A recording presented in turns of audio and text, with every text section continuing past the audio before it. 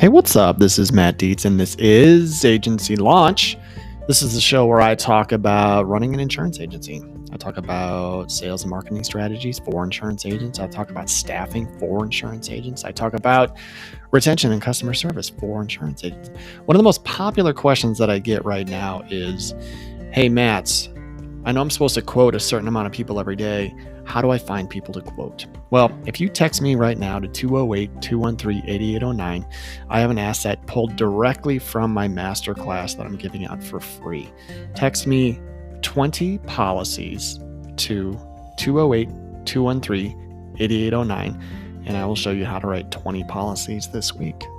On with the show.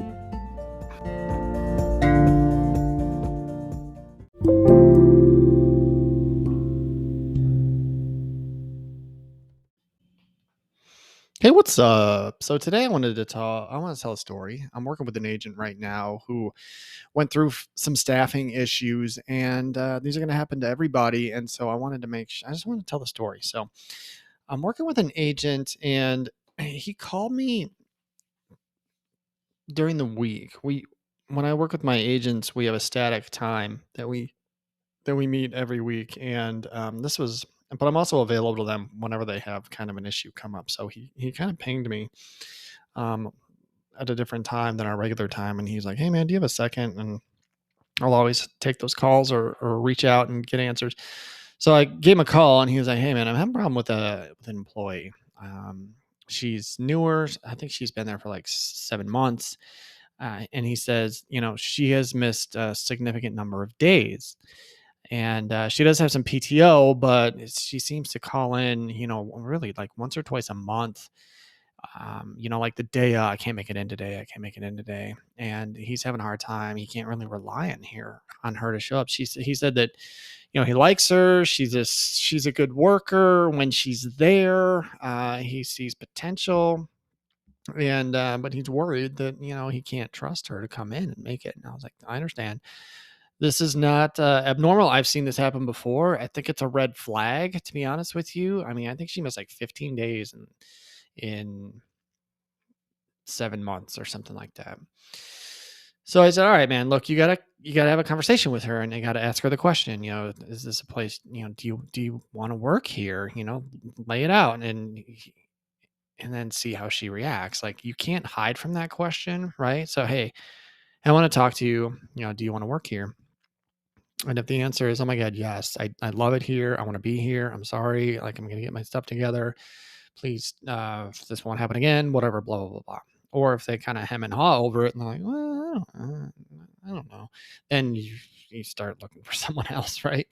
So she said she wanted to work there. She liked it. Like, he's a great boss. And so that happened.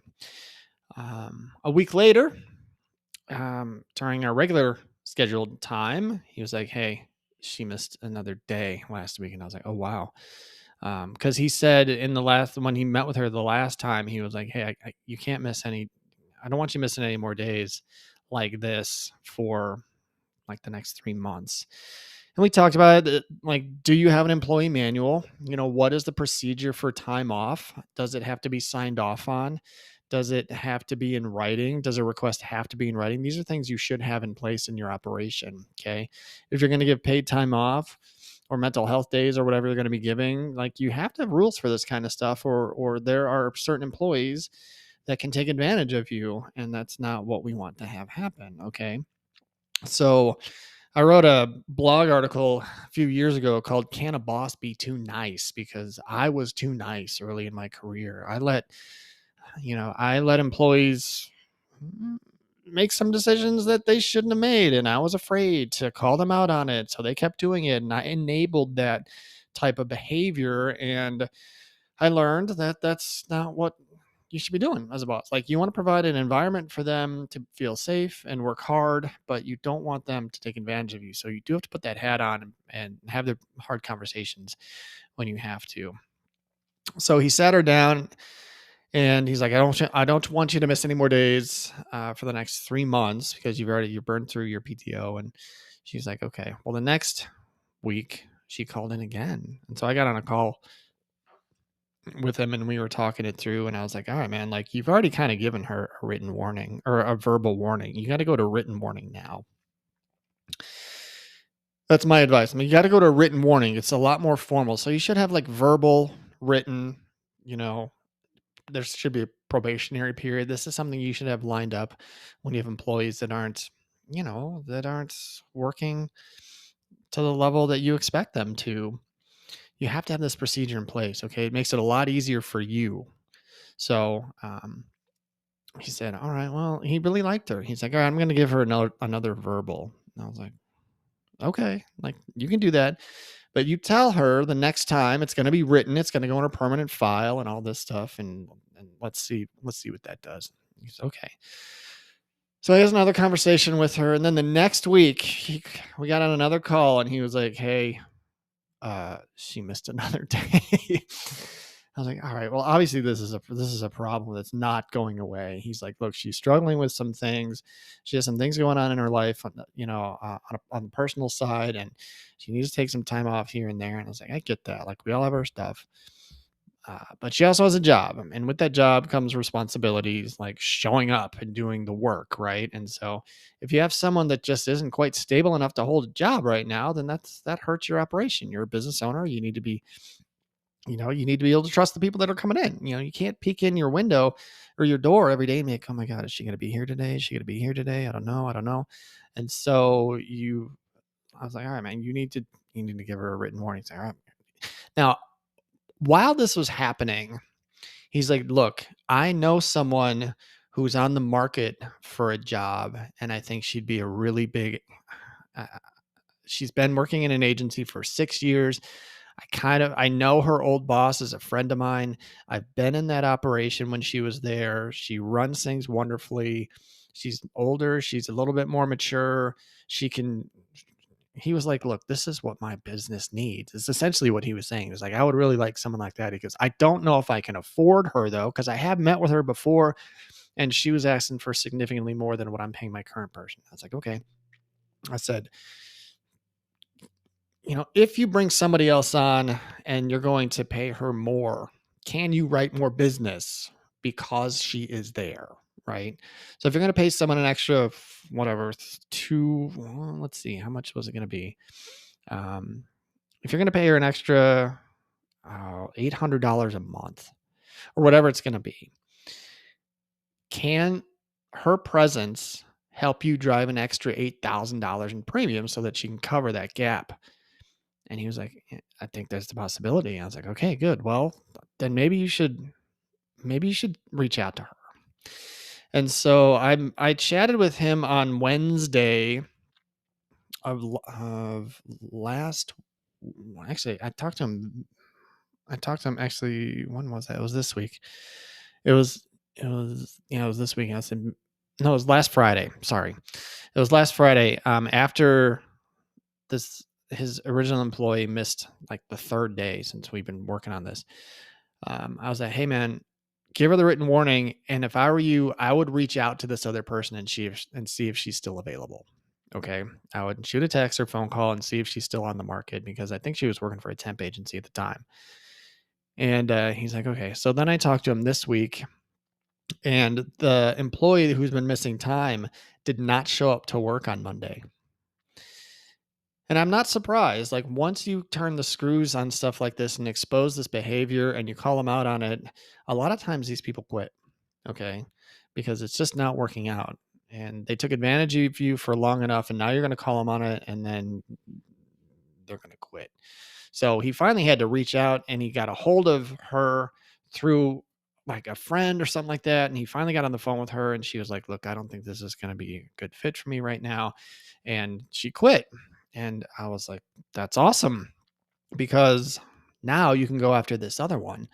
And he was like, I'm so glad that you told me to reach out to her, because she called back on Monday, and I am meeting with her today for an interview. And I was like, that's awesome. I said, hey, let's talk about how you can get this person to work for you. So we had a great conversation, a great coaching session on what to say as far as, winning this hire. Because he said that she's already interviewed at 2 other places. One of them was like stay at home with like an online company, and his operation is different. Obviously, it's a smaller, newer agency. He's up and coming. He's writing a lot of business. He has aspirations to grow and grow and grow. So, can you sell this to the the to the this potential employee? And be like, look, I need someone to come in here and run this ship. I need someone who's responsible. I need somebody who can do the job. I need somebody who can give me time to do what I need to do. And he's like, look, I've seen your work. It's excellent. I think you're the perfect person for this job right now. And I've been thinking, ever since I knew you were on the market, I was like, I didn't think I could afford you, but I think I think I'd like you to come on board. And so I walked him through that conversation. He did a great job. He texted me back that afternoon and he goes, yo, she accepted and she's on the clock. Right. It's like she took the job and she started working after the interview, which was so awesome. And so she was shadowing the producer, and like his whole operation could be completely different now. He's got somebody who's much more professional, can do the job, and you never know. You really never know. Everyone that I've ever hired, I believed would do a great job, but I've had 25 people work for me in my career, so I've been wrong many times. But when you have the right people in the right seats, it can change your life.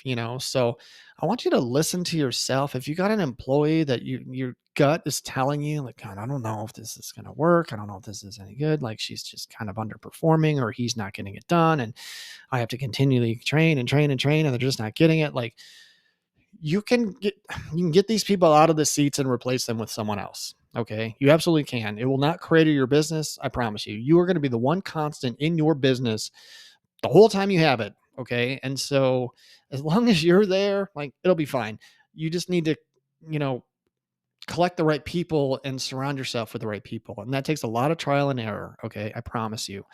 But when you have the right people in the right seats, it's life changing. They give you so much more time to do the things you need to do. They work significantly faster. They do things without being asked. Your customers love them. Your retention is better. You will sell more. I mean, I had someone yesterday in my office when I was doing a review just rave about Meg in my office. He was like, dude, she's a real keeper. Okay, like, I hear that every week from my customers, and so they can make all the difference. Okay, so listen to yourself. Staffing up and finding the right team is a process. When you're brand new, you're not going to have the team that you're going to have when you're in year 3 or year 4 or year 5. Okay. People do not stick around. You will not retire people. It doesn't work like that anymore. Okay. I've always said that if you have someone for 3 years, after that, you're playing with house money. Okay. People change jobs a lot more. Okay. Unless you get lucky. So, anyway, I just want to tell that story, and just have you think, like, if you got someone in there that you're on the fence about, listen to yourself.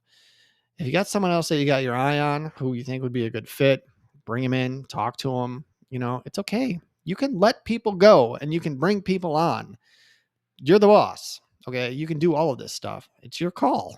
Okay. So don't settle for an underperforming employee who's going to be a crutch for your business. Okay.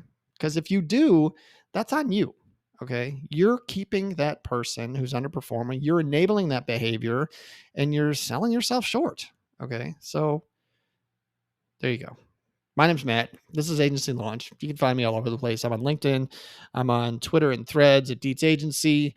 And don't forget to hop into my texting community, 208-213-8809. If you send me a text that says 20 policies, I will send you a resource that will show you how to write 20 policies in a week for free. And I don't mean that the resource is free. I mean, this is without buying leads, right? So all these strategies don't cost anything. All right. So there you go. Thank you so much for listening. Keep up the good work.